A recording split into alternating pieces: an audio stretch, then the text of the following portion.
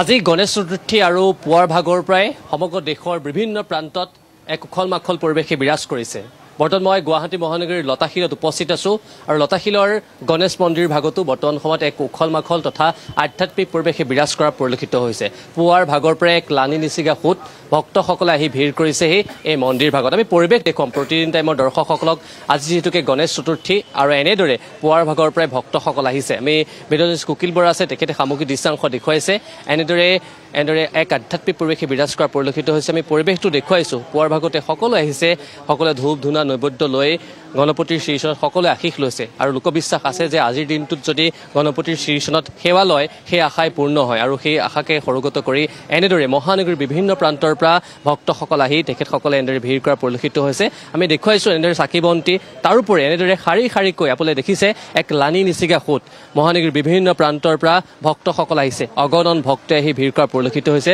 যিমান দূৰলৈকে দেখিছে সিমান দূৰলৈকে কেৱল ভক্ত সুদূৰ সেই মূল যিটো পথ আছে, মূল পথৰ পৰা এক দীঘলীয়া শাৰী পুৱাৰ ভাগতেই এনেদৰে সকলোৱে শাৰী পাতি ভগৱানৰ শ্ৰীচৰণত সেৱা ল'বলৈ আহিছে। মই ইতিমধ্যে উল্লেখ কৰিছোঁ যে লোকবিশ্বাস আছে যে যি মনৰ আশা লৈ আজিৰ দিনটোক গণপতিক আৰাধনা কৰা হয় সেই আশাই পূৰ্ণ হয় আৰু সেইকাৰণে পুৱাৰ ভাগৰ পৰা এনেদৰে ভক্তসকল আহিছে।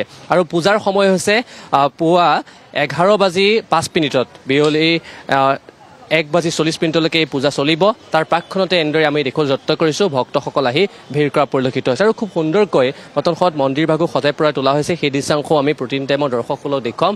এয়া হৈছে লতাশিলত থকা এই গণেশৰ যি মন্দিৰ ভাগ, সেই মন্দিৰ ভাগৰ চৌহদৰ দৃশ্যাংশ আমি দেখুৱাইছোঁ। আপোনালোকে নিশ্চয় দেখিছে এনেকৈ শাৰী পাতি বৰ্তমান সময়ত ভক্তসকল আহি তেখেতসকলে আৰাধনা কৰা পৰিলক্ষিত হৈছে। খুব সুন্দৰকৈ সজাই পৰাই তোলা হৈছে। পুৱাৰ ভাগতে ভক্তসকল আহিছে আৰু ভক্তসকল আহি এনেদৰে ভিৰ কৰা পৰিলক্ষিত হৈছে। আমি সামগ্ৰিক দৃশ্যাংশ প্ৰতিদিন টাইমৰ দৰ্শকসকলক দেখুৱাবলৈ যত্ন কৰিছোঁ।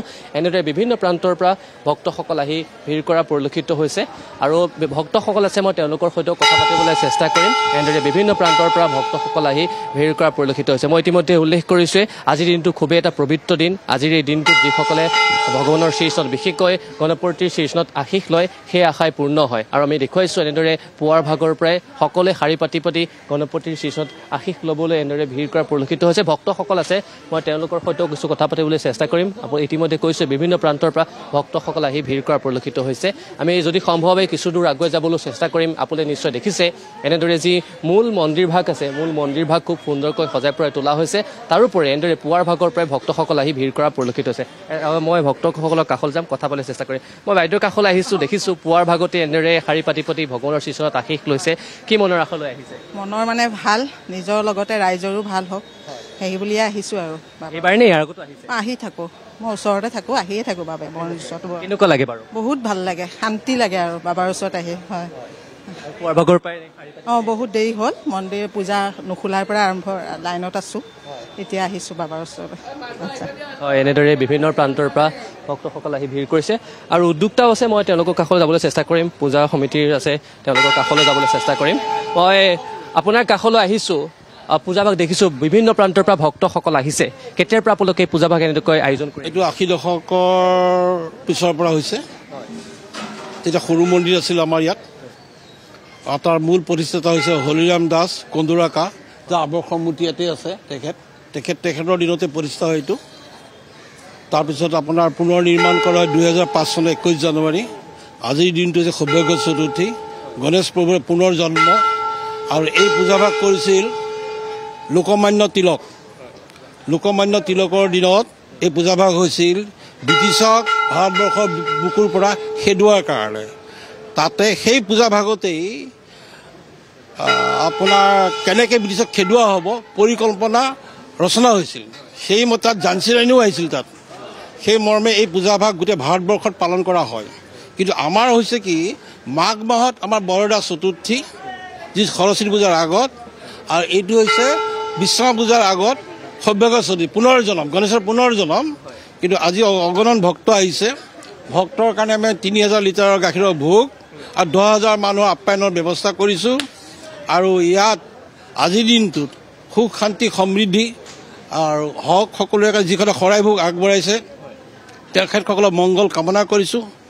আৰু কাৰোবাৰ যদি গণেশৰ কৃপাত সুস্থ হয় সেইকাৰণে কামনা কৰিম আৰু 3টা আহুতি দিম। প্ৰথম হ'ব বিশ্ব শান্তি মংগলৰ কাৰণে, 2 নম্বৰটো যিসকলে শৰাই ভোগ আগবঢ়াইছে তেখেতসকল দীৰ্ঘায়ু মংগলৰ কাৰণে। ইতিমধ্যে কৈছে যে বছৰেকত দুবাৰকৈ আয়োজন কৰা হয়, দুটাৰ কি পাৰ্থক্য আছে? নহয়, যিটো বৰদা চতুৰ্থী সেইটো গণেশৰ মানে আপোনাৰ পাৰ্বতী ইচ্ছাত জন্ম গণেশ, এইটো পুনৰ জন্ম হৈছে। গণেশৰ যে মুণ্ডন হয় এইটো পুনৰ জন্ম, হাতীৰ মূৰটো যে লগাই পুনৰ জন্ম। আমাৰ যিটো সংস্কাৰ, আমাৰ যিটো সংস্কৃতি অসমীয়াৰ, আমি কৰিছিলোঁ আপোনাৰ যিটো প্ৰথম জন্ম পাৰ্বতী ইচ্ছাত জন্ম, সেইটো বৰদা চতুৰ্থী মাঘ মাহত, এইটো হৈছে পুনৰ জন্ম। এই দুটাৰ মাজত পাৰ্থক্য আছে।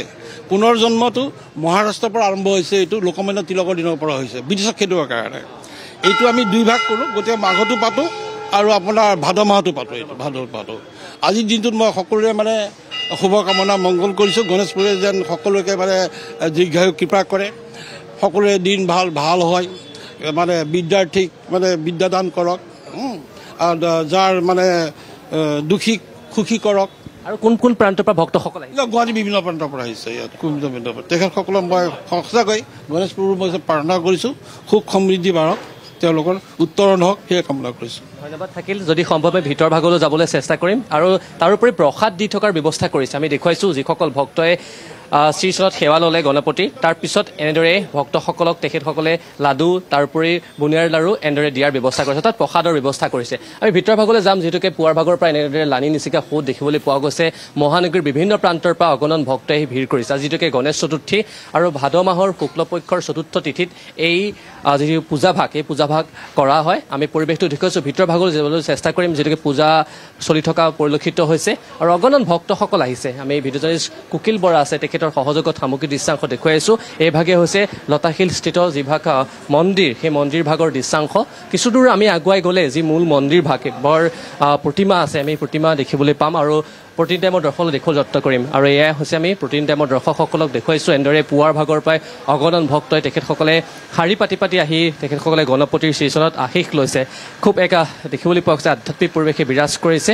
মই ইতিমধ্যে উল্লেখ কৰিছোঁ, আজি যিহেতুকে গণেশ চতুৰ্থী আৰু গণেশ চতুৰ্থীৰ উপলক্ষে পুৱাৰ ভাগৰ পৰাই এক আধ্যাত্মিক পৰিৱেশে বিৰাজ কৰা পৰিলক্ষিত হৈছে, উখল মাখল পৰিৱেশে বিৰাজ কৰা পৰিলক্ষিত হৈছে।